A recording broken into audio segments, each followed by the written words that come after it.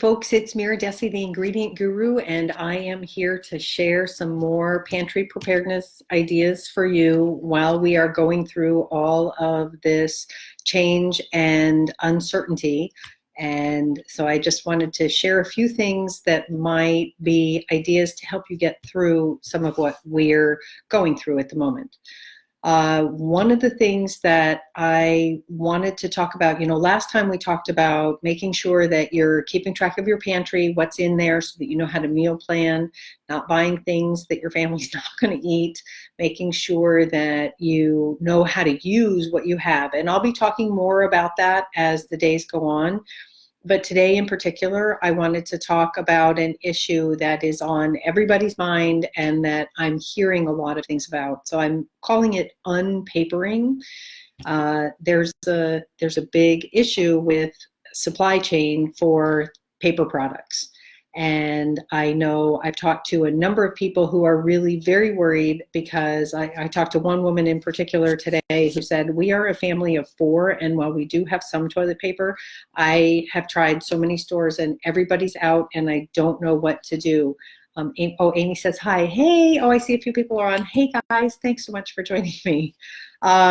So she's worried because she's a family of 4 and they do have some toilet paper, but every time they go to the store, every time they look for toilet paper, every time they try to order it online from Amazon or Walmart or somewhere else, everybody's out. And so they're very concerned about that. One of the unpapering ideas that I have seen that a lot of people are starting to share on social media is, use baby wipes or use those, flushable wipes. And that's definitely an option. I mean, that is something that you can do. However, I did also talk to one of my colleagues who is an environmental expert.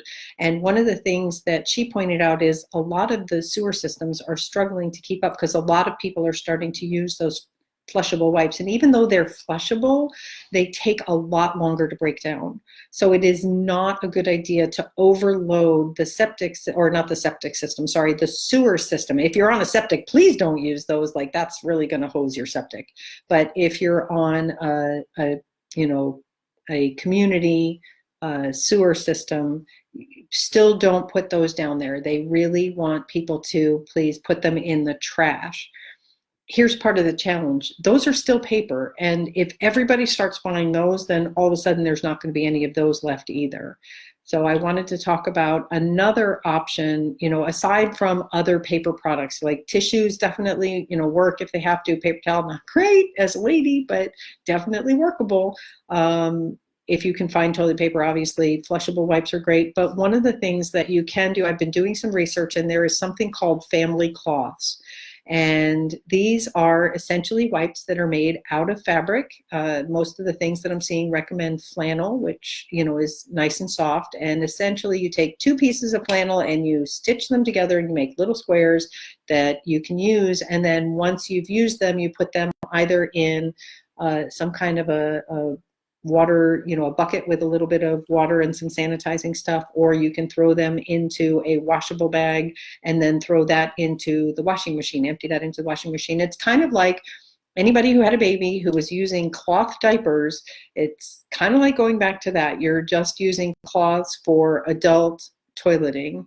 And I think that sounds like it could be a very reasonable option for those people who don't want to sew them, that there are places where you can buy them online. I will share a few links once this video uploads so that people can see where to get them. And the other thing that I did find in my research is they do recommend having like 10-ish per person, which is like a 2-day supply, it seems.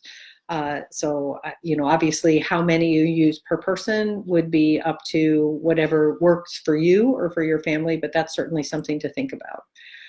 Another thing that I've started doing is, instead of tissues, it's kind of funny because in the winter I use a handkerchief. And I have a number of handkerchiefs. I like them. They're pretty. I have some that have been given to me as gifts or whatever. And so in the winter, I always carry a handkerchief with me. But then once spring comes and once allergy season's over, I don't have one anymore. Well, now I've started, we're in the middle of pollen season in Texas. The outside of my car is bright yellow. It's pretty horrible. But pollen season will be over in just a little bit. Hey, Sarah. But one of the things that I am committed to doing is to making sure that I have a handkerchief in my purse at all times, so that if I need to touch something like a door handle or something like that, I have a paper towel. I have a handkerchief to do that with, because then when I come home, I can simply throw it in the wash. And I think that's a really great alternative, because that way you don't have to worry about, do you have a tissue handy?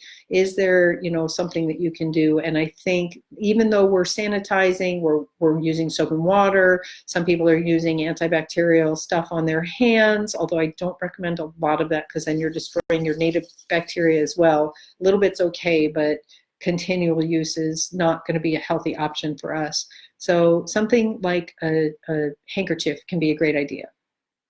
And then the third paper product that I really wanted to talk to you about is paper towels. I know a lot of people tend to go through a lot of paper towels, and those are in very short supply right now as well. And so a lot of people are worrying about where they're going to get their paper towels when they've run out of their current stash. So we're looking for ways to reduce using them. And one of my favorite ways to do it is to use something called an unpaper towel, which is a cloth that is it's not a dishcloth. It's a little more absorbent, so you can use that in place of a paper towel. As a matter of fact, I love these things so much that I included them in my Lean Clean Green subscription box several months ago. It was over Thanksgiving, and it was really, really great. So I do recommend people have them. I actually have a friend who makes them. It's a small cottage business, so it's Terrycloth on one side and fabric on the other. If you have 4 of those, you've got enough to use. You can use one over and over again until it's really sort of wet, and then, put it in the wash and use another one. So I find 1 to 2 per day is a good ratio. And that way you've just got them. You can use them. You don't have to worrying about the paper. Where are you going to get the paper from? So one of the things that I like about this is the fact that these are also actually really eco-friendly ideas. And my hope is that as people learn to shift to doing this, they will continue to do this once this is over.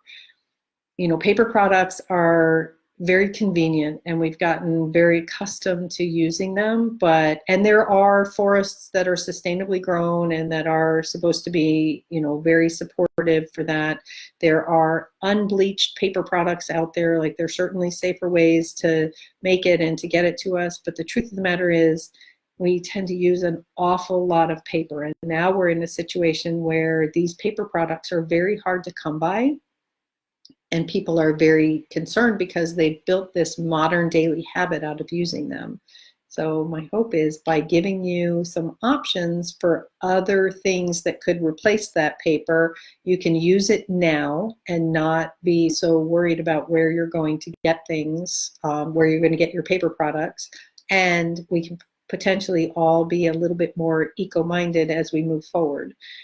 As I mentioned, when this video is over, I'm going to put in some links to a few things, and my encouragement to you is to consider getting them now. Don't wait till the last minute, but and obviously don't get more than you need. Like, if you're a family that does a lot of cooking and you tend to go through a lot of paper towels, maybe you want to get 8 unpaper towels instead of 4.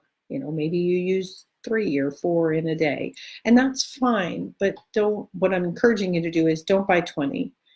Let's not panic buy all of those things as well.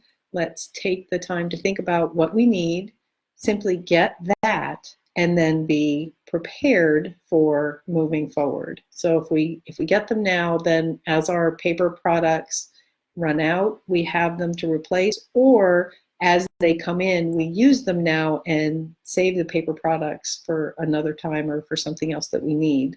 But I think for those who are willing to do it, adding a family cloth, and here's the thing, you don't actually have to buy family cloth if you don't want to. I would say that a washcloth can work just as well. The most important thing is to make sure that you have a place to put it after you've used it. and that you are practicing proper sanitation, that you're washing it, you know, before you use it. And again, if you've had babies and used cloth diapers, that's certainly a no-brainer to go back to that. If that's not something that you've done, it's pretty easy to do. And there are little buckets that you can get where you put everything and it keeps it sanitized, or not sanitized, but it keeps the scent down and keeps it moist until you can get it into the wash. And then for handkerchiefs, I think that's probably a good idea for us to all start doing that again. And then the unpaper towels. So I want to thank you guys for joining in. I also wanted to mention that, you know, I am trying to be of as much service as I can here. I am going to be back again tomorrow to share some more things about the pantry, about what we're doing and how we can all, you know, make better use of our pantry, what's in there, meal planning, all those kinds of things, environmental issues that may relate to this. If you have any friends or family that you want to share this information with, I encourage you to have them join the Ingredient Guru support group.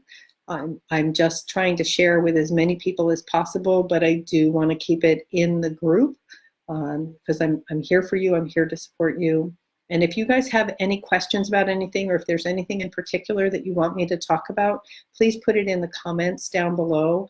Make sure you tag me though. There's so much going on right now, and I am trying my best to stay on top of everything and make sure that I'm responding to emails and other outreach things, but if you tag me, I am more likely to see it. So I thank you all for being here with me, and I look forward to talking with you again tomorrow and sharing more stuff and helping you. And together, if we stay calm and focused and just make sure that we're being mindful about what we're doing, we are going to get through this and it will all be okay. So I hope you all have a great evening, and I will talk to you later. Take care. Bye.